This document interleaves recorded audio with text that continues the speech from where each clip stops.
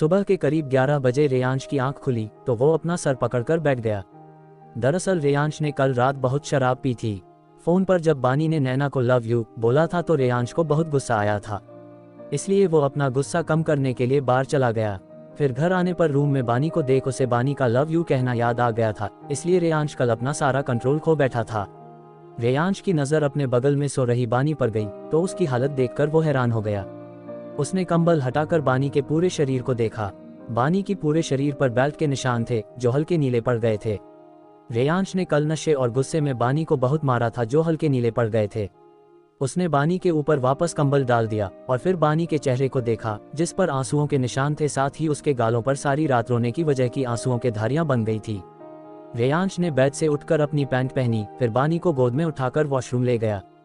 वहां जाकर बाथटब में बैठा दिया और खुद उसके बगल में बैठ गया। बाथटब के पानी का टेम्परेचर गर्म था जिससे बानी को दर्द से राहत मिल रही थी और उसने धीरे धीरे अपनी आंखें खोली। बानी की आंख खुलते ही उसके सामने रेयांश का चेहरा आ गया। उसको देखते ही बानी की आंखों में फिर से आंसू आ गए। बानी को एक नज़र देख वो फिर से उसकी बॉडी को क्लीन करने लगा। बानी ने भी अपनी आंखें बंद कर ली। थोड़ी देर बाद रेयांश बानी को अपनी गोद में उठाकर बाहर आया और उसे बेड पर बैठा दिया। रेयांश और बानी दोनों ने ही बाथरोब पहना हुआ था। रेयांश ने अपनी पैंट पहन ली, फिर उसने बानी का बाथरोब उतार दिया और उसकी बॉडी पर दवा लगाने लगा। बानी आंखें खोले रेयांश को नफरत भरी नजरों से देख रही थी। दवा लगाने के बाद रेयांश ने बानी को एक टी शर्ट और लोवर पहना दिया।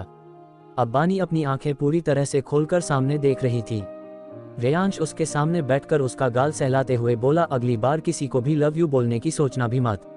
उद्धरण चिन्ह। रेयांश की बात सुनकर बानी हैरानी से उसको देखने लगी।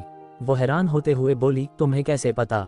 बानी की बात पर रेयांश हल्का सा मुस्कुराया। फिर रेयांश बानी का चेहरा दोनों हाथों में लेते हुए बोला, आपसे तुम बहुत जल्दी प्रोग्रेस कर ली। वेल, मुझे ये इसलिए पता है क्योंकि मेरी नज़र हर वक्त तुम पर रहती। रेयांश की बात सुनकर रबानी ने थोड़ा कंफ्यूजन में उसे देखा। तभी उसके दिमाग में कुछ स्ट्राइक हुआ और उसकी आंखें हैरानी से बड़ी हो गई। बानी हकलाते हुए बोली, मतलब तुमने मेरा फोन टैप किया है? बानी की बात सुनकर उसके फेस पर डेविल स्माइल आ गई। बानी उसकी स्माइल देखकर समझ गई कि वो सही सोच रही है। बानी ने अपने हाथों की मुट्ठियां बना ली।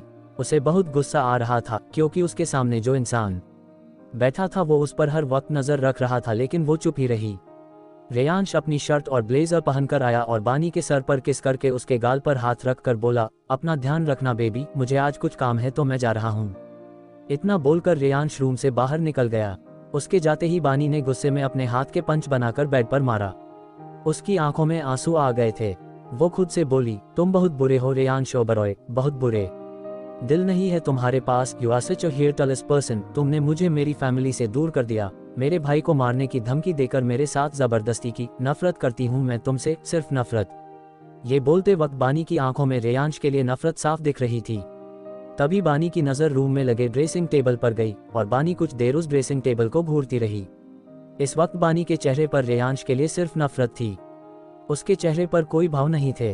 उसके दिमाग में क्या चल रहा था ये बता पाना मुश्किल था। थोड़ी देर बाद बानी ने गहरी सांस ली और धीरे से बेड से उठकर वॉशरूम चली गई। हालांकि वो ठीक से चल नहीं पा रही थी क्योंकि उसे बहुत दर्द हो रहा था। थोड़ी देर बाद बानी वॉशरूम से बाहर आई और बेड पर लेट गई। आखिर क्या चल रहा बानी के दिमाग में?